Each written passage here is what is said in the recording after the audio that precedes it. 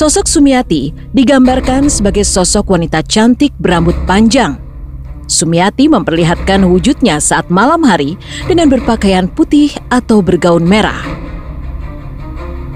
Kisah tentang Sumiati sendiri telah diangkat ke layar lebar pada tahun 2015 berjudul Sumiati. Legendanya, ketika Makassar masih bernama Ujung Pandang, orang-orang seringkali menceritakan penampakan demi penampakan sosok perempuan ini. Awalnya, sosok Sumiati muncul pertama kali di sebuah hutan bernama Karaenta. Saat itu, ada seorang siswi yang melewati kawasan hutan tersebut tiba-tiba mengalami kesurupan. Kabar yang beredar di masyarakat Makassar ialah bahwa hantu Sumiati sebenarnya tidak berbahaya apabila dia menampakkan dirinya dengan pakaian yang serba putih. Mitosnya itu dilakukan hanya untuk memberitahu keberadaannya ada di tengah-tengah masyarakat. Bahkan menurut beberapa cerita, Sumiati berbaju putih kerap menolong orang yang tersesat. Namun, Sumiati ini disebut bisa jadi sangat berbahaya apabila dia berubah mengenakan pakaian yang serba merah.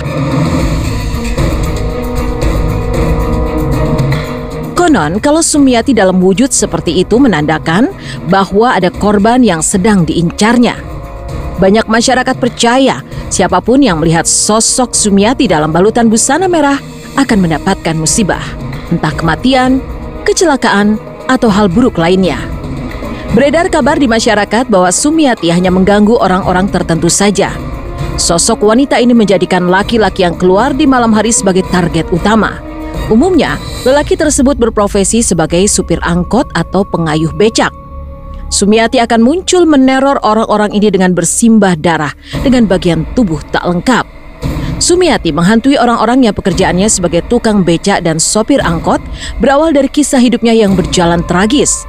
Hal itu berawal dari kisah Sumiati muda yang memutuskan untuk merantau ke Makassar lantaran ingin mendapatkan pekerjaan yang lebih baik. Sampai pada suatu malam, Sumiati dihadapkan dengan kondisi buruk. Saat ia berjalan sendirian, tiba-tiba datanglah beberapa pemuda mengeroyoknya. Para pemuda ini diketahui adalah sopir angkot dan tukang becak. Para pria ini pun memperkosa dan menganiaya Sumiati. Singkat cerita, Sumiati yang lemas tak berdaya ini pun dibunuh dan mayatnya dibuang di tengah hutan.